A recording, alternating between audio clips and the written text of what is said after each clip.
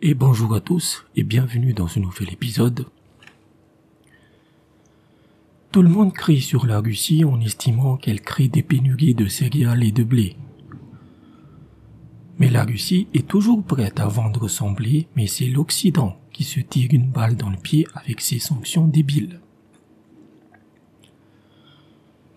On a également un tir nourri sur le fait que l'Ukraine ne peut plus livrer son blé, mais cela n'a pas beaucoup d'impact en soi.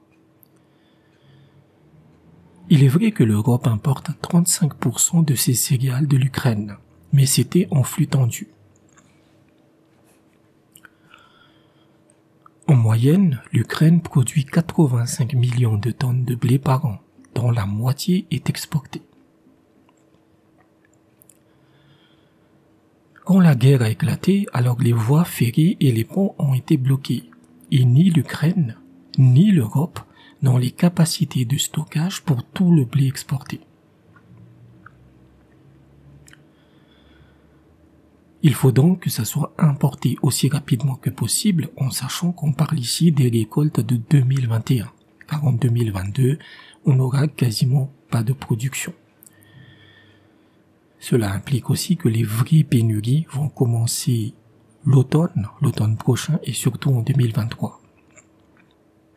Pour le moment, l'Europe préfère le blé ukrainien, uniquement pour un but politique, car Kiev peut rapidement le livrer vers des pays comme la Pologne, la Hongrie, la Slovaquie ou la Roumanie.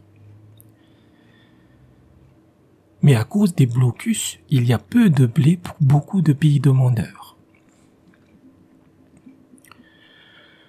Car le gros des exportations ukrainiennes vont en Afrique et en Asie. Ainsi, habituellement, les plus gros clients de l'Ukraine sont l'Indonésie, l'Égypte, le Pakistan ou le Bangladesh. Cela fait donc monter les prix de manière artificielle, et comme l'Europe peut offrir un prix plus élevé, alors elle provoque indirectement la famine dans les pays émergents. Les pénuries avec le blé et les céréales sont uniquement le résultat de sanctions débiles contre l'Occident ou comment se tirer une balle dans chaque pied et s'étendre ensuite qu'on n'arrive plus à marcher.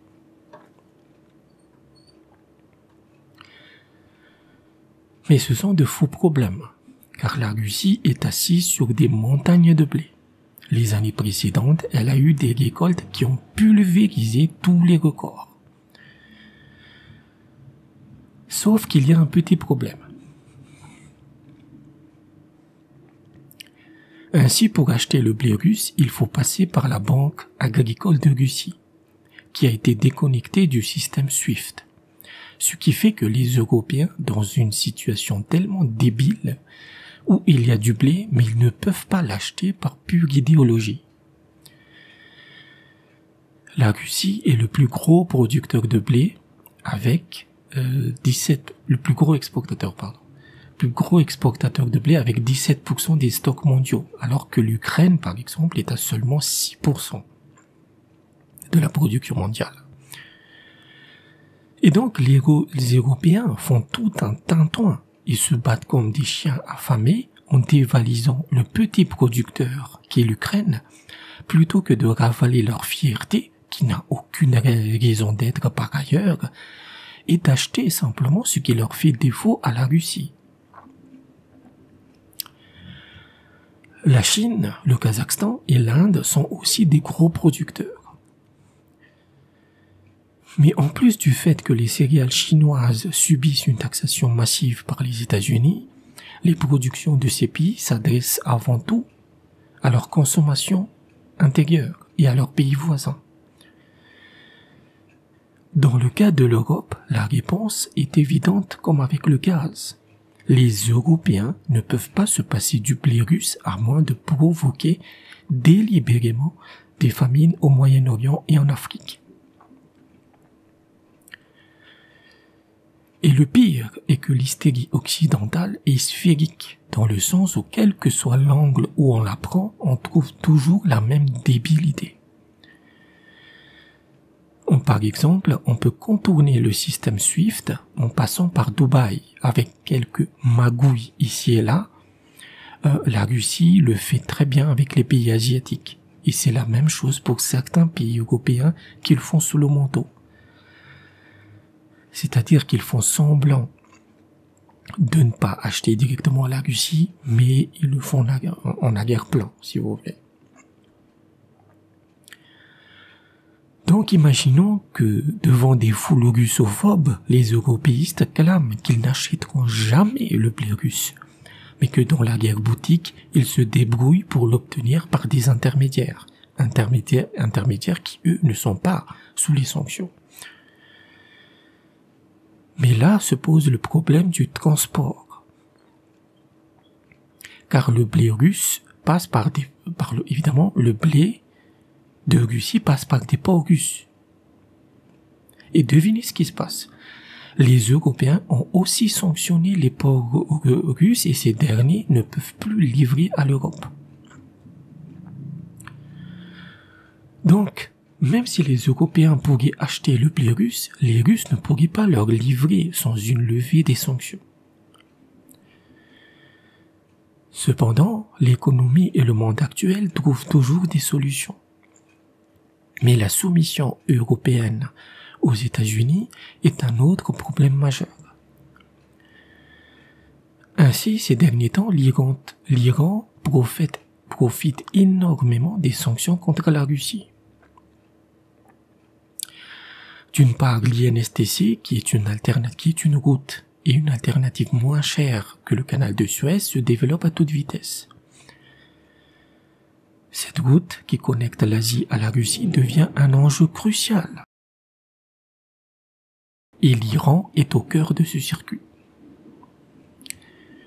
Ce qui fait que si les Européens achètent le blé russe par des moyens détournés, la Russie pourrait livrer le blé à l'Iran, qui pourrait ensuite le dispatcher à de nombreux pays, incluant l'Europe.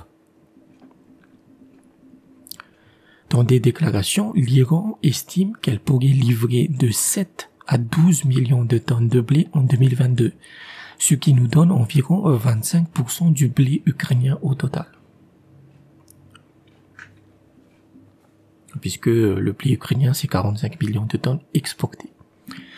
C'est sûr que ce n'est pas suffisant, mais cela permettrait à l'Ukraine d'avoir une partie de son blé en évitant d'affamer les pays pauvres. Et donc, il faut acheter le blé russe aux Iraniens. Mais là encore, il y a un petit problème, un tout petit. L'Iran est déconnecté du SWIFT depuis 2018.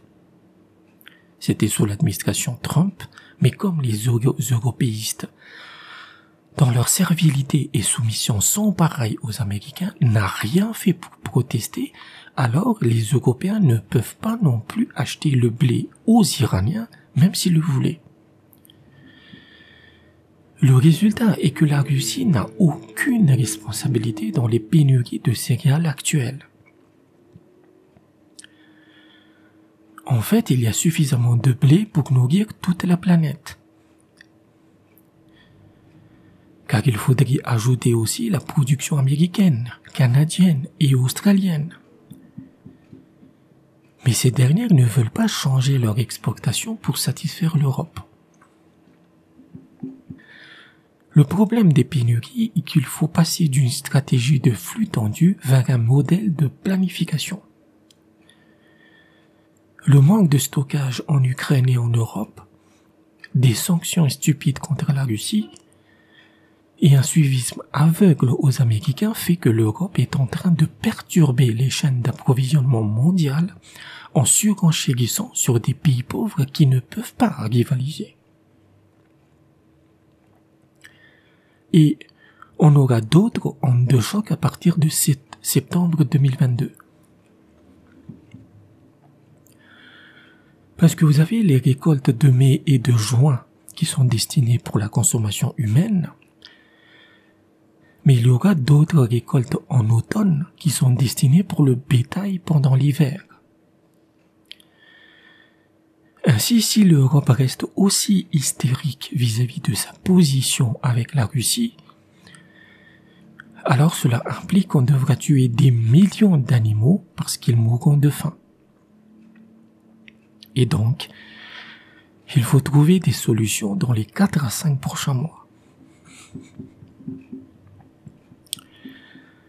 On pourrait, vis-à-vis de la folie des Européens, on pourrait se retrouver avec des pénuries et des famines pour les humains et les animaux, parce que vous sanctionnez vos chaînes d'approvisionnement par votre bêtise et que vous empêchez vos importateurs de payer les produits dont ont besoin cruellement vos populations. Merci d'avoir écouté cet épisode et à bientôt.